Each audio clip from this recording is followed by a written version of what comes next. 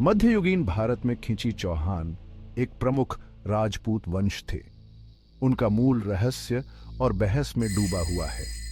इतिहासकारों ने खंडित शिलालेखों, भाटों की कहानियों और औपनिवेशिक काल के वृत्तांतों से उनकी कहानी को जोड़ा है। यह खोज खिंची चौहानों के इतिहास में उनके वंश, प्रमुख व्यक्तियों और उल्लेखनीय घटनाओं की जांच करती है। हम विभिन्न ऐतिहासिक स्रोतों के माध्यम से नेविगेट करेंगे, उनके दृष्टिकोणों और सीमाओं को स्वीकार करते हुए। खिंची चौहान वर्तमान राजस्थान क्षेत्र में प्रमुखता से उभरे। वे अपने सैन्य कौशल और सांस्कृतिक परिदृश्य में योगदान के लिए जाने जाते थे। उनकी कहानी राजपूत वंश की जटिलताओं और मध्ययुगीन भारत में क्षेत्रीय शक्ति गतिशीलता के महत्व की एक झलक प्रस्तुत करती है। खिंची चौहानों को समझने के लिए उपलब्ध साक्ष्यों पर सावधानीपूर्वक विचार करने की आवश्यकता है। यह मौखिक परंपराओं और उनकी व्याख्याओं की बारीकियों के लिए भी सराहना की मांग करता है। उनके अतीत के धागों को उजागर करके हम भारतीय इतिहास में उनके स्थान की गहरी समझ प्राप्त कर सकते हैं। खिंची चौहानों की मनोरम गाथा को उजागर करने के लिए समय के माध्यम से यात्रा पर हमारे साथ आए। खिंची चौहानों ने प्रसिद्ध चौहान शासक मानिकराव से वंश का दावा किया। मानिकराव चौहान वंशावली में एक केंद्रीय व्यक्ति है। वह अक्सर एक महत्वपूर्ण ऐतिहासिक स्थल सांभर से जुड़े होते हैं। वंश मानिकराव से उनके वंशज मोहकम तक फैला हुआ है।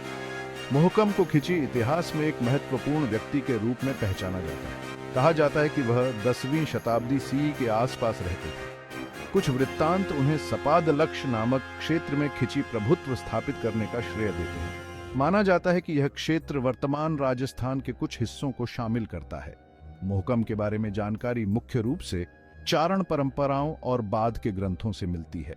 ये स्रोत अक्सर पौराणिक कथाओं के साथ ऐतिहासिक तथ्यों को जोड़ते हैं, इसलिए अलंकरण से ऐतिहासिक सटीकता को अलग करना चुनौतीपूर्ण हो सकता है। अस्पष्टताओं के बावजूद खिंची चौहानों के लिए एक प्रमुख पूर्वज के रूप में मोहकम की भूमिका महत्वपूर्ण बनी हुई है। वह व्यापक चौहान वंश और वंश की प्रारंभिक जड़ों के लिए एक कड़ी का प्रतिनिधित्व करता है। उनकी कहानी राजपूत इतिहास के पुनर्निर्माण में मौखिक परंपराओं के महत्व पर प्रकाश डालती है। यह ऐसे स्रोतों के साथ काम करते समय आलोचनात्मक विश्लेषण की आवश्यकता को भी रेखांकित करता है। अन्नद, जिन्हें अन्नाजी भी कहा जाता है, खिंची चौहान कथा में एक महत्वपूर्ण व्यक्ति हैं। उन्हें चौहान वंश की खिंची शाखा का संस्थापक माना जाता है। परंपरा के अनुसार अन्नद को अपने पिता से खिंची क्षेत्र के लिए अनुदान मिला, जिससे खिंची चौहान शासन की नींव पड़ी। खिंची के सटीक स्थान पर इतिहासकारों में बहस है। कुछ इसकी पहचान नागौर के आसपास के क्षेत्र से करते हैं, जबकि अन्य राजस्थान में वैकल्पिक स्थानों का प्रस्ताव करते हैं। सटीक भौगोलिक परिभाषा के बावजूद इस क्षेत्र के साथ अन्नद के जुड़ाव ने खिंची चौहानों के पूर्वज के रूप में उनकी विरासत को मजबूत किया। अन्नद की कहानी राजपूत इतिहास में एक सामान्य विषय पर जोर देती है, एक बड़े राजवंशीय ढांचे के भीतर नई शाखाओं और क्षेत्रीय दावों की स्थापना। उनके शासनकाल ने राजस्थान में एक अलग और शक्तिशाली शक्ति के रूप में खिंची चौहानों की शुरुआत को चिह्नित किया। अन्नद के आसपास के आख्यान, हालांकि अक्सर मौखिक परंपराओं के माध्यम से पारित किए जाते हैं, राजपूत इतिहास में वंश और क्षेत्रीय नियंत्रण के महत्व को रेखांकित करते हैं।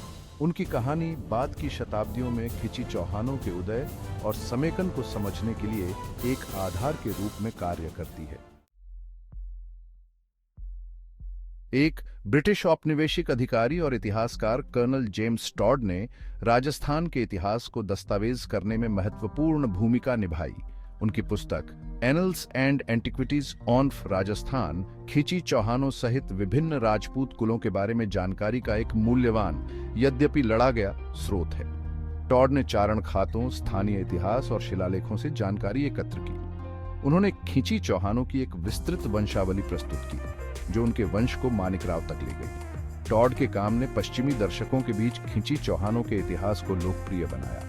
उन्होंने उनके सैन्य कारनामों और सांस्कृतिक योगदान पर प्रकाश डाला। हालांकि आधुनिक इतिहासकार आलोचनात्मक दृष्टि से टॉड के काम को देखते हैं। वे बताते हैं कि चारण परंपराओं पर उनकी निर्भरता, जो अक्सर तथ्य और कल्पना का मिश्रण करती है, अशुद्धि का कारण हो सकती है। इसके अतिरिक्त टॉड के औपनिवेशिक दृष्टिकोण ने भारतीय इतिहास की उनकी व्याख्याओं को प्रभावित किया होगा। इन आलोचनाओं के बावजूद टॉड के एनल्स खिची चौहानों को समझने के लिए एक महत्वपूर्ण प्रारंभिक बिंदु बने हुए हैं। उनका काम उनके कथित वंश, सामाजिक संरचना और सांस्कृतिक प्रथाओं में बहुमूल्य अंतर्दृष्टि प्रदान करता है। संतुलित समझ बनाने के लिए टॉड के काम को अन्य ऐतिहासिक स्रोतों और व्याख्याओं के साथ पढ़ना आवश्यक है।